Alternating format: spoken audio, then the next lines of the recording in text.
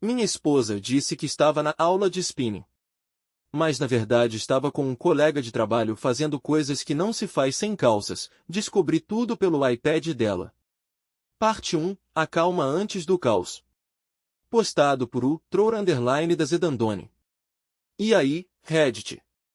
Nunca pensei que seria o cara escrevendo sobre seu coração partido às 2h43 da manhã, mas aqui estou eu, encarando um copo de uísque pela metade e um casamento que provavelmente já passou do ponto de salvação. Sou um cara de 34 anos, casado com minha esposa, 33F, há quase 7 anos, estamos juntos há quase uma década. Sem filhos, só 2 cachorros e um condomínio que estamos tentando reformar desde 2021. Nosso relacionamento não era perfeito, nenhum é, mas era sólido. Tínhamos aquela vibe sarcástica e brincalhona. Sou mais introvertido, ela é mais intensa, tipo a borboleta social com um talento para o drama e um delineado impecável. A gente costumava brincar que ela era o caos e eu era a calma. E talvez isso fosse verdade. Até que o caos virou segredo. A primeira vez que notei algo estranho, foi algo pequeno. Idiota, até. Ela começou a trancar o celular. Sempre fomos tranquilos com isso, ela mexia no Instagram enquanto eu dirigia, eu mandava mensagem para a mãe dela se ela estivesse cozinhando.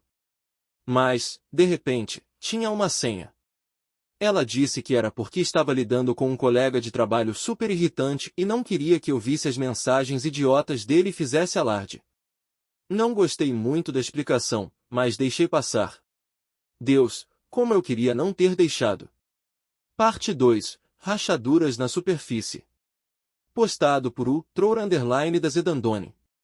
Então, o lance do celular trancado me incomodou, mas eu não queria ser aquele cara, o que fica fuçando ou acusando sem prova. Confiança tem que significar alguma coisa, né? Mas uma vez que você vê uma rachadura, é difícil desver. Você começa a perceber mais coisas. Ela começou a sair mais. Noite das meninas, jantar de trabalho, só preciso desestressar um pouco. Ok, justo. Ela sempre foi mais sociável do que eu. Mas não era só a frequência, era a preparação. De repente ela estava se vestindo como se fosse para uma audição de reality show tipo The Bachelor. Saltos, vestidos apertados que não usava há anos, batons que eu nunca tinha visto.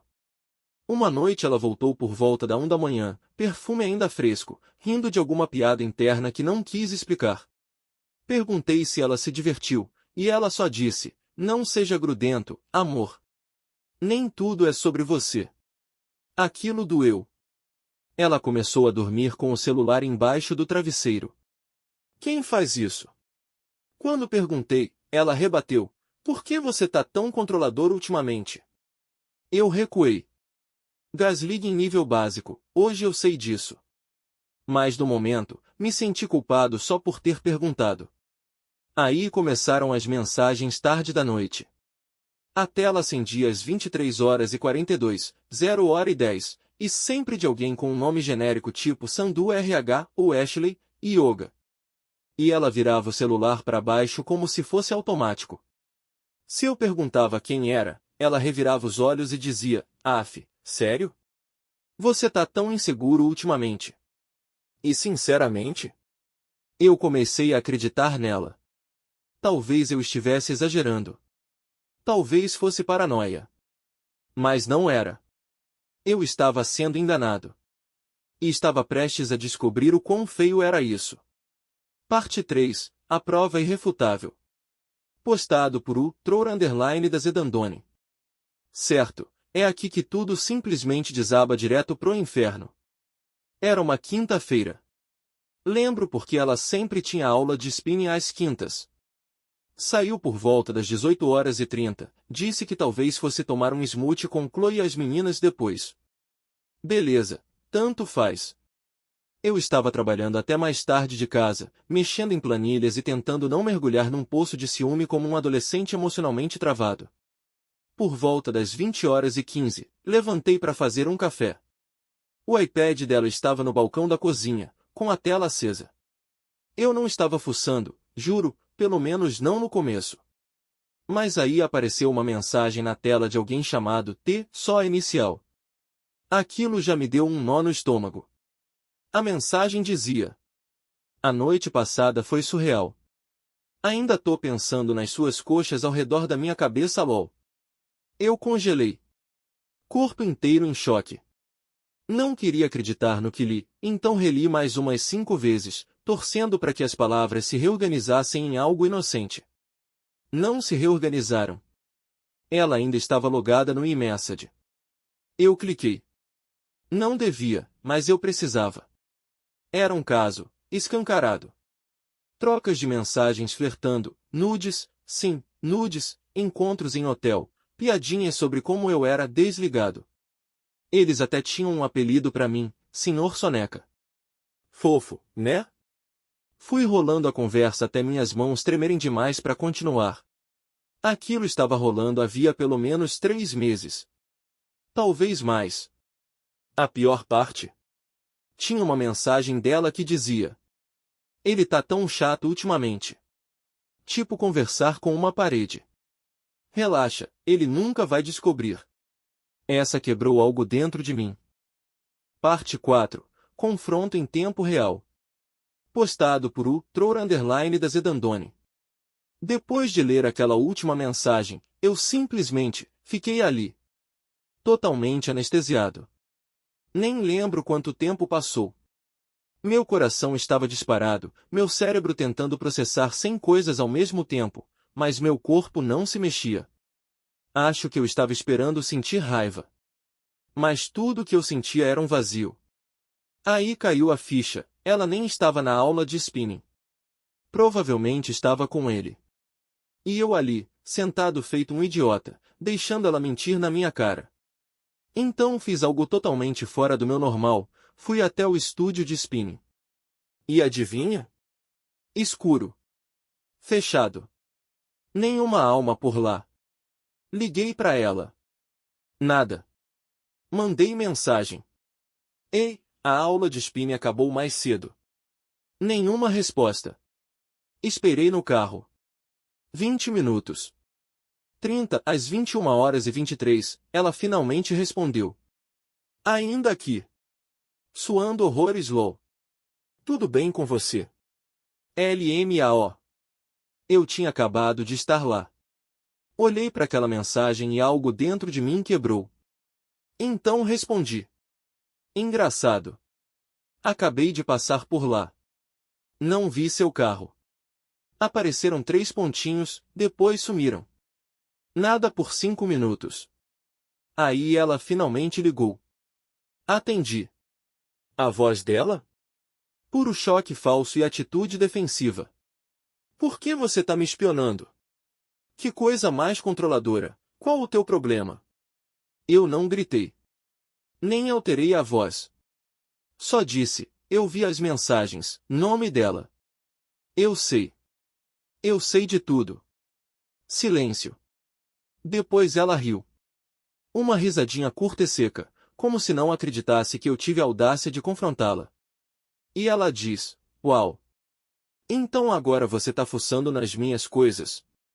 Acho que estamos os dois errados. Errados. Ela realmente tentou inverter tudo como se fosse meio a meio. Eu desliguei. Não disse mais nada. E o silêncio depois disso foi, de algum jeito, mais alto do que toda a conversa. Parte 5. O retorno da vilã. Postado por __ da Zedandone. Ela chegou em casa por volta das 23h. Sem pedido de desculpas. Sem choro. Sem arrependimento. Só entrou como se tivesse voltado de uma corrida. Jogou a bolsa da academia no chão, tirou os tênis e me lançou aquele olhar, não de culpa, nem sequer de constrangimento. Parecia mais irritada, como se eu fosse o incômodo da situação. Não acredito que você mexeu no meu iPad, ela disse, de braços cruzados, como se estivesse dando bronca numa criança. Isso é uma invasão total de privacidade. Eu nem sabia o que dizer na hora. Só fiquei olhando para ela. Tudo em mim queria gritar, você violou o nosso casamento inteiro. Mas as palavras não saíram. Perguntei, o mais calmo que consegui. Há quanto tempo isso tá acontecendo? Ela revirou os olhos. Revirou os olhos. Não exagera. Nem é tudo isso. Eu disse, eu li as mensagens. Nomes de hotéis. Datas. As fotos. É tudo isso, sim. E então ela solta, tá, beleza. Alguns meses. Mas não significou nada. Você tem estado tão distante ultimamente. O que você esperava? Bum. A virada. Agora a traição era culpa minha. Por que eu não a entreti o suficiente? Por que eu não era emocionante o bastante? Perguntei, então dormir com outra pessoa foi a sua solução. Ela deu de ombros. Foi uma distração. Eu não achei que você fosse descobrir. Essa frase vai me assombrar para sempre. Eu não achei que você fosse descobrir. Não foi um desculpa. Não foi um me arrependo. Foi só isso. Ela achava que ia conseguir esconder. Ela nem chorou. Nenhuma emoção. Como se eu fosse só mais um problema para resolver. Ela disse, a gente pode falar sobre isso amanhã? Tô cansada. E com isso, ela entrou no quarto e fechou a porta atrás de si. Parte 6. Dormindo ao lado de uma estranha. Postado por __ da Zedandone. Então é isso, ela simplesmente foi dormir. Fiquei no sofá, sentado no escuro como um fantasma assombrando a própria casa. Eu podia ouvi-la no quarto, gavetas abrindo, o armário deslizando, o clique suave do carregador na tomada. Tudo tão casual. Como se ela não tivesse acabado de detonar uma bomba no meio da nossa vida. Não dormi. Nem um pouco. Minha mente estava a mil, repassando tudo. Cada noite fora, cada viagem com as meninas, cada briga que eu deixei pra lá. As pistas estavam todas ali. Eu só não queria ligá-las. Por volta das 4 da manhã, finalmente entrei no quarto. Ela estava dormindo. Tranquila. Como se nada tivesse acontecido. Fiquei ali por 1 minuto. Só olhando para ela. Essa mulher que eu amei, amei de verdade, por quase uma década. Eu costumava saber tudo sobre ela. Agora eu nem sabia quem diabos estava ali na minha frente. Deitei ao lado dela, mas não entrei debaixo das cobertas. Só me estiquei por cima, com a roupa do corpo, encarando o teto. Eu não queria estar perto dela, mas também não queria que ela achasse que estava cedendo à cama. Idiota, eu sei. Mas parecia o último fio de controle que me restava. Por volta das 6h30, ela se levantou. Não disse uma palavra. Só pegou o celular, banheiro, café, rotina como se nada tivesse acontecido. Agiu como se eu nem estivesse ali. Eventualmente, ela disse, tenho uma reunião às 9. A gente conversa hoje à noite, tá? Eu não respondi. E ela simplesmente saiu. Fiquei ali, me perguntando se ela estava indo ver ele. Se essa reunião era só mais uma mentira. Honestamente, a essa altura, eu assumo que tudo que sai da boca dela é ficção. E foi aí que caiu a ficha de verdade. A pessoa com quem me casei se foi. Ou talvez, ela nunca tenha estado aqui de verdade. Parte 7. As consequências começam.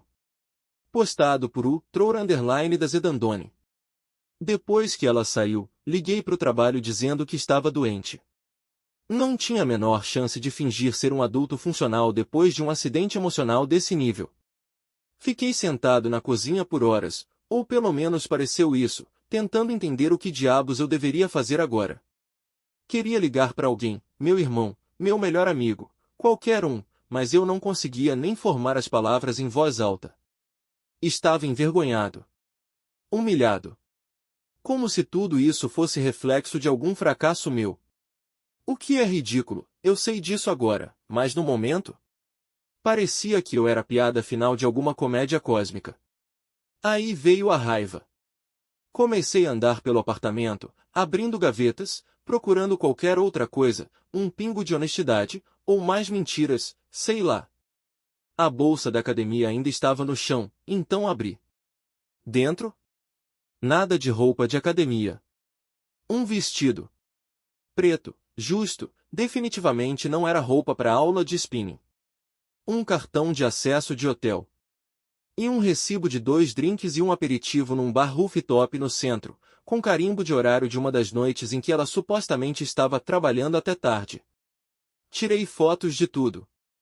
Comecei a documentar. Não sei exatamente por quê, talvez porque eu soubesse que ia precisar de provas se a coisa ficasse ainda mais feia. Talvez porque uma parte de mim precisava ver com os próprios olhos, forçar a verdade a sair das sombras. Em algum momento acabei voltando no iPad dela, relendo as mensagens. Esse cara, ele não era só um caso aleatório. Estava envolvido emocionalmente. Tinham apelidos carinhosos. Piadas internas. Ela mandava memes para ele. Ele mandava playlists do Spotify para ela. Eles tinham um pequeno mundinho onde eu simplesmente não existia. E isso doeu mais do que o sexo, para ser honesto. A intimidade que ela deu para ele. Eu dormia ao lado de uma mulher que vivia uma vida dupla, e ela nem teve a decência de fingir que se sentia mal por isso. Parte 8. Desmascarando o caso. Postado por __ da Zedandone. É aqui que as coisas começaram a desandar de vez. Depois de passar o dia fervendo na minha própria raiva, decidi cavar mais fundo. Não só nas mentiras dela, mas nele. O homem misterioso. Eu tinha um número de telefone das mensagens no iPad dela e, sim, sei que provavelmente ultrapassei alguns limites, mas a essa altura, esses limites já tinham sido pisoteados. Fiz uma busca reversa do número. Achei um nome. Um perfil no LinkedIn. E aí, boom, a imagem completa se formou. Ele não era um desconhecido de um app de namoro. Era colega de trabalho dela. Um que eu já tinha conhecido. 2 vezes. Ele foi na nossa festa de inauguração do apartamento, 2 anos atrás. Apertei a mão dele. A gente dividiu uma cerveja na varanda. Ele elogiou minha coleção de discos e perguntou se eu ainda tocava guitarra. Aquele cara. A cara de pau dos dois. Agora estou vendo todos os sinais em alta definição. Ele era o T do marketing. Ele tá marcado em posts antigos do Instagram dela, de eventos do trabalho. Até achei uma foto dos dois num retiro corporativo em dezembro, aquele que ela disse que foi chato pra caramba, mas na imagem eles pareciam bem íntimos, se é que me entende. Mandei uma mensagem pra ela. Só uma frase. Você me traiu com ele? Depois de tudo. Ela não respondeu por 2 horas. Quando finalmente respondeu, foi o clássico desvio. A gente pode por favor não fazer isso por mensagem? Isso é tão imaturo. Imaturo. Trair o marido e mentir por meses? Super compreensível. Confrontar por escrito? Imaturo. Parece que eu estava vivendo numa sitcom distorcida onde a vilã nunca sai do papel. Ela não demonstrou um pingo de vergonha. Zero empatia. Só aquele muro de sarcasmo e superioridade, como se eu fosse o exagerado. Eu não aguentava mais. Comecei a arrumar uma mala. Parte 9. O colapso antes da virada. Postado por __ da Zedandone. Joguei roupas na minha velha mochila como um homem possuído. Sem plano. Sem destino. Só o instinto gritando, sai. Agora. Cada gaveta que eu abria me lembrava dela. A voz dela. As mentiras. O perfume que ela me deu no último Natal agora cheirava a deboche. Nossa foto de casamento ainda estava na cômoda, ela sorrindo radiante, e eu com a cara de quem tinha acabado de ganhar na loteria. A piada foi toda minha, né? Bem na hora que eu estava fechando o zíper da mala, ela entrou pela porta. Parou no meio do passo quando me viu, como se não esperasse enfrentar nenhuma consequência real. Como se achasse que eu só ia ficar remoendo, chorar e seguir em frente, como sempre. O que você tá fazendo? Ela perguntou, com um tom completamente apático. Estou indo embora, respondi. Ela bufou. Bufou. Ah, pelo amor de Deus, você tá sendo tão dramático. A gente pode conversar como adultos. Foi aí que eu explodi. Não gritando, não quebrando nada. Foi uma fúria profunda, trêmula, que saiu baixa e fria como gelo. Eu disse: você traiu. Você mentiu. Você me ridicularizou pelas costas. Que parte disso você acha que merece uma conversa racional? Aí começaram as lágrimas falsas. E juro por Deus, foi como assistir a um teste de elenco mal ensaiado. Sem emoção de verdade, só choro bastante para dizer que tentou. Ela disse: eu não queria te machucar, tá? Eu só tava me sentindo sozinha. Você não me enxerga mais. E lá estava de novo, a culpa sendo jogada em mim.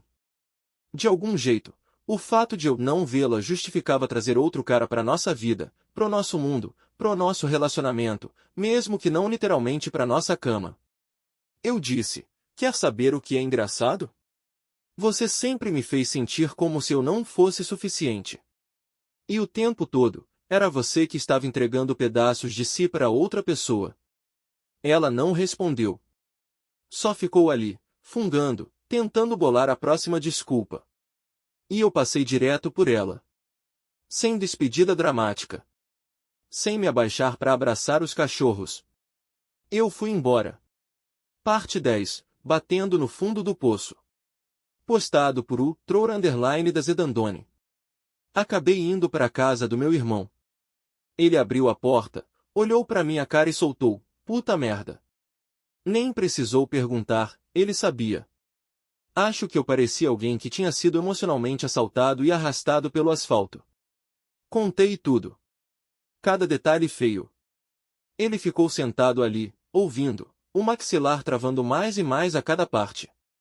Quando cheguei no cartão de hotel e na mensagem do "suas coxas na minha cabeça", ele levantou e disse: quer que eu vá agora dar um soco na garganta desse cara? Eu ri. Foi a primeira vez que ri em 2 dias. E doeu. Ficamos na varanda dele até às 2 da manhã, passando uma garrafa de Jameson, depois de um tempo, sem dizer muita coisa.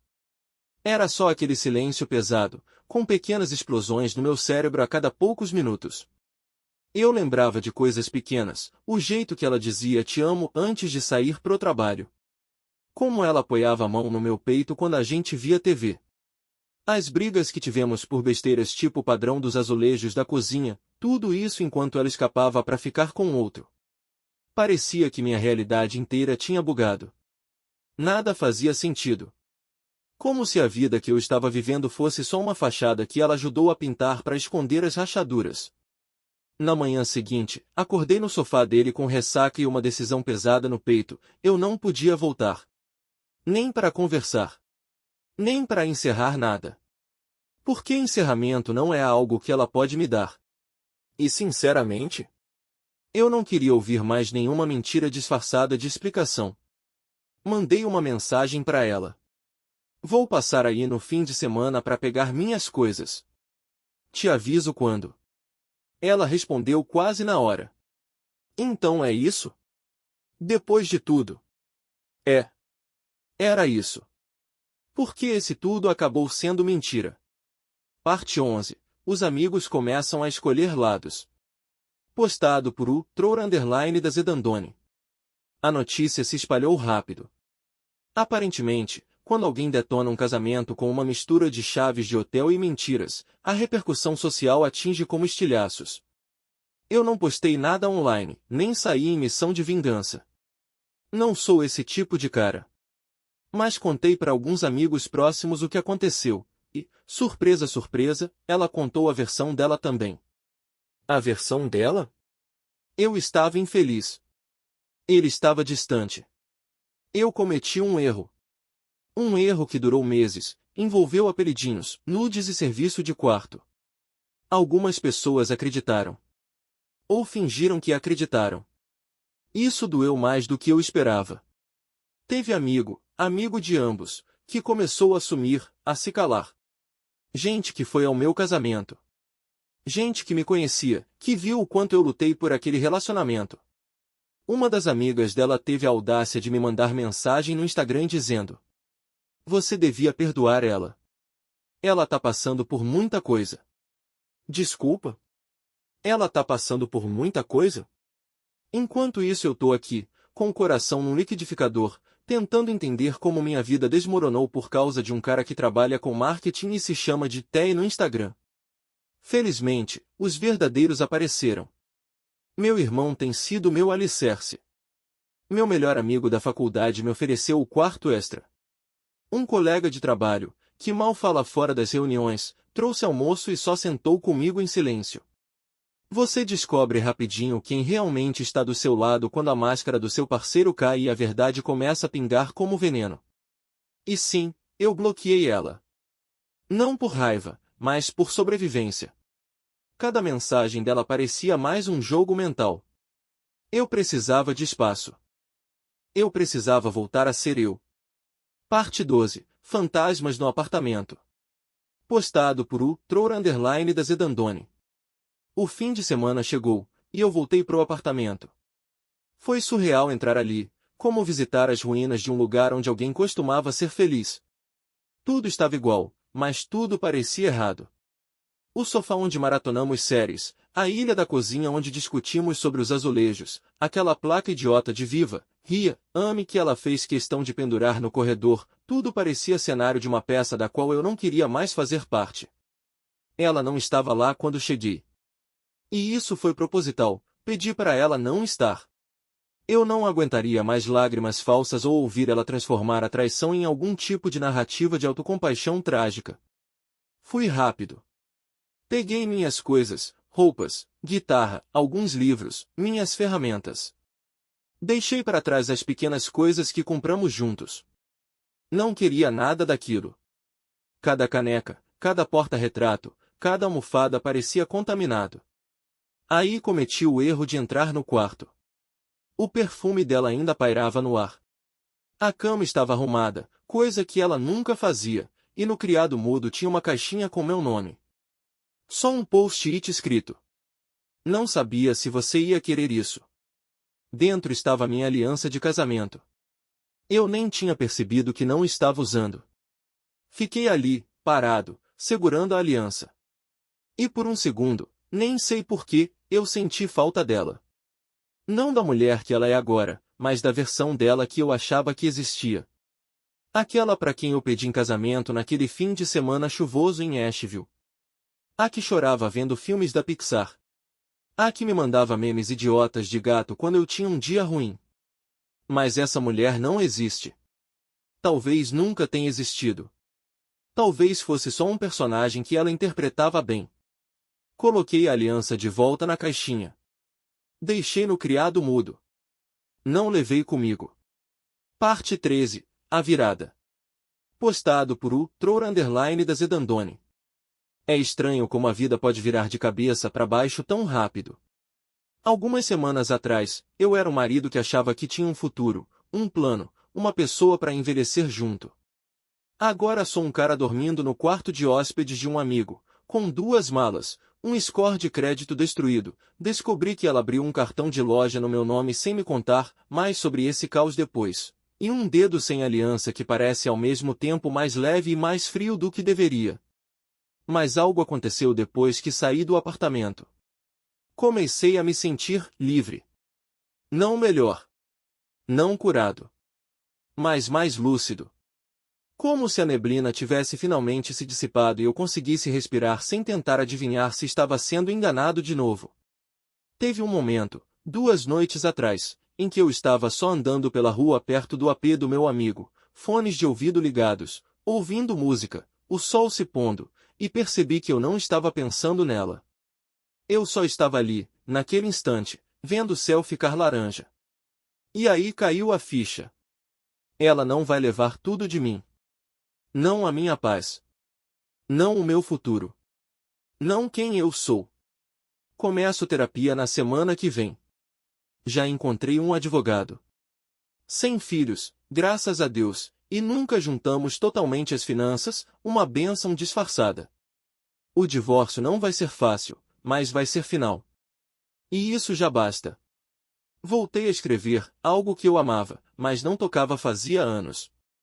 Até comprei um violão novo. Nada caro, só um usado do Facebook Marketplace, mas foi como recuperar um pedaço de mim. E talvez, só talvez, eu vá ficar bem. Não hoje. Nem amanhã. Mas em breve.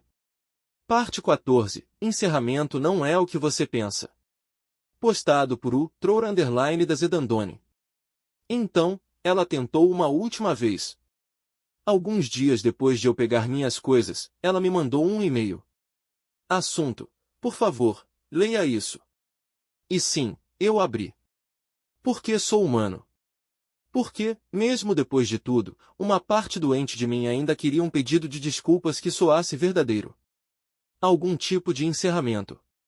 Foram 4 parágrafos de salada de palavras. Ela disse que estava confusa. Que amava a gente, mas também se perdeu. Que eu a afastei com meu distanciamento emocional. Que nunca quis me machucar, mas se sentia viva com ele. Ela usou essa palavra, viva, como se eu fosse um coma ambulante. Como se amar ela em silêncio, apoiar os sonhos dela, ser confiável, me tornasse entediante. Substituível. Ela terminou com: sempre vou me importar com você, mesmo que a gente não esteja mais junto. Espero que um dia você entenda. Entender o quê? Que traição é aceitável se você estiver entediado o suficiente? Eu não respondi. Porque é o seguinte, encerramento não vem de quem te machucou. Vem do momento em que você decide que o motivo deles não importa mais. Que as mentiras, as desculpas, a versão distorcida da história não merecem morar de graça na sua cabeça. Ela queria perdão sem responsabilidade. Redenção sem honestidade. E eu não devo isso a ela. Também não preciso que ela me entenda. Porque a única pessoa que eu preciso entender agora sou eu mesmo. Parte 15. O que eu sei agora. Postado por _da Zedandone. Então é isso. O fim da história, pelo menos da parte que envolve ela. Já se passaram algumas semanas desde que saí daquele apartamento e entrei, sei lá, nesse próximo capítulo. É estranho dizer isso, mas estou bem. Não ótimo. Não curado. Mas bem de um jeito firme, como se o chão finalmente parasse de se mover sob meus pés. Aprendi algumas coisas, coisas que eu gostaria que alguém tivesse me dito antes de começar a duvidar do meu instinto. Quando algo parece errado, provavelmente está. Aquela voz no fundo da sua cabeça? Aquela que você vive empurrando para baixo e mandando calar a boca? Escuta ela. Não é paranoia. É sobrevivência. Amor não deveria parecer uma competição diária para provar que você merece estar ali. Passei meses me culpando pelo distanciamento dela. Pensando que, se eu planejasse um encontro melhor, usasse a camisa certa, dissesse a coisa certa, ela voltaria. Isso não é amor. Isso é auto-engano. Lealdade à pessoa errada vai te destruir. Eu dei tudo para alguém que me via como papel de parede. Estável, silencioso, esquecível. Nunca mais. Encerramento é um mito. Cura é uma escolha. Você não precisa ouvir um me desculpa para seguir em frente. Às vezes tudo o que você precisa é silêncio e uma porta trancada.